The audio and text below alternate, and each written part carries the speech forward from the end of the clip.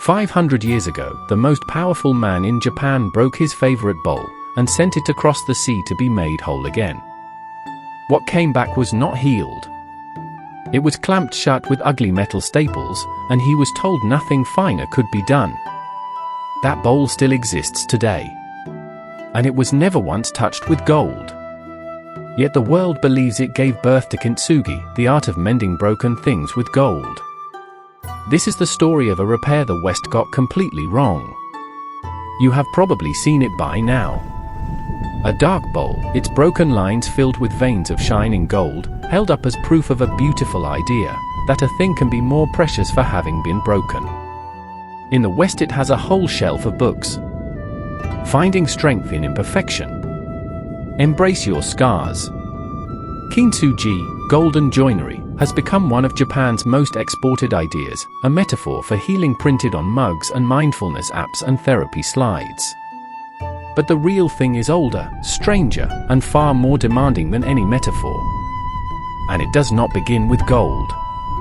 It begins with a shogun who had already lost almost everything else. His name was Ashikaga Yoshimasa. In the late 15th century he was the 8th shogun of the Muro-MRG line, and he was, by most honest measures, a failure as a ruler. Under his watch a quarrel over who would follow him tore the capital apart. Kyoto burned for 11 years in a conflict called the Onin War, and the shogun who was meant to stop it mostly looked away. He handed off his duties, withdrew to the eastern hills, and poured himself instead into beauty.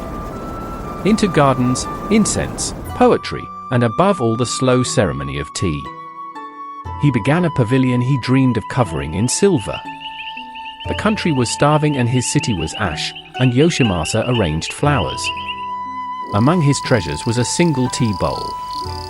Not Japanese, but Chinese, a pale green celadon from the kilns of Longchuan, thin as an eggshell and the color of shallow water.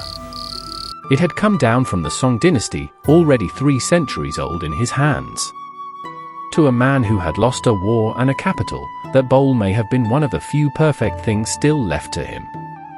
And one day, it cracked. What Yoshimasa did next is where the legend begins. The story goes that he sent the broken bowl back to China, to the very country that had made it, hoping to be given another just as fine. But the answer that came home was a quiet humiliation. The Ming potters could no longer make celadon of that quality. That art had already passed out of the world. So they did the only thing they could. They drilled into the porcelain on either side of the break, pinned it shut with heavy iron staples, and sent it back fastened together like a farmer's broken tool. Here is the part almost no one tells you. Yoshimasa's craftsmen looked at those clumsy staples and thought they were beautiful. The row of clamps splayed across the pale glaze looked, to their eyes, like a great locust clinging to the side of the bowl.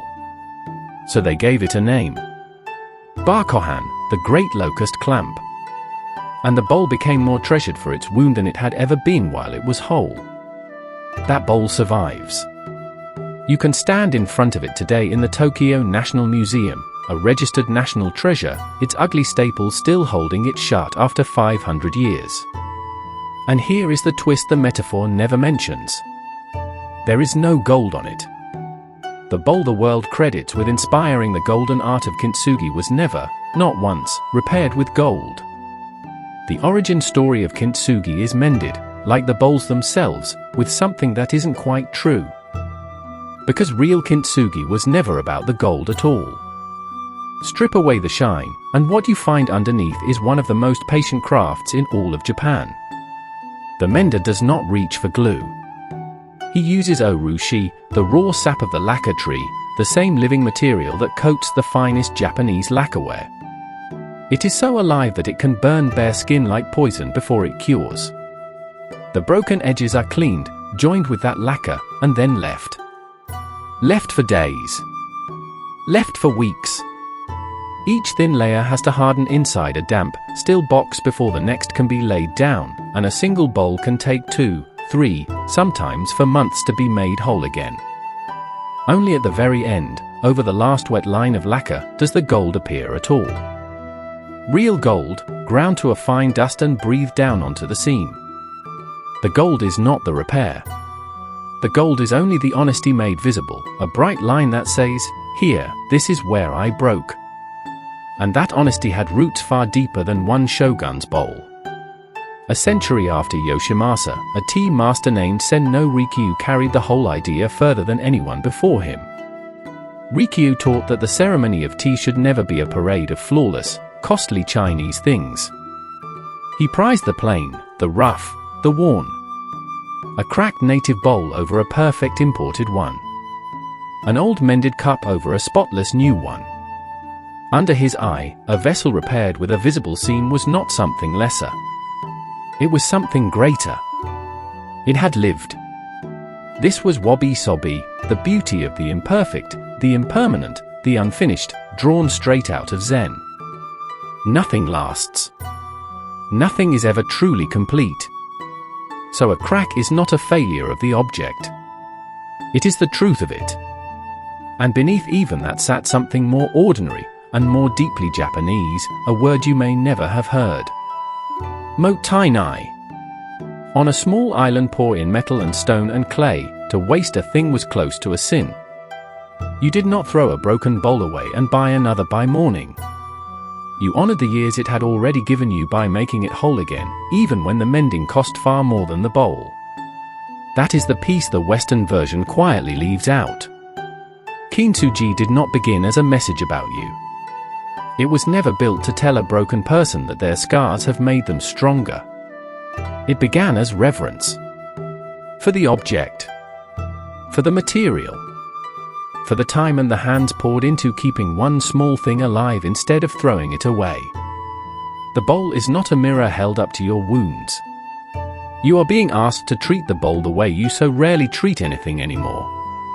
So the next time you see that photograph, the dark cup laced with rivers of gold, remember what it actually took. Not a single flash of insight, but months. Not glue and glitter, but poison sap and patience, and a craftsman willing to wait weeks for one line to dry. There is real comfort in the gentler reading, the one that tells you to love your cracks, and you are welcome to keep it. But the older, harder lesson is not about learning to admire your own breakage. It is about what you are willing to keep.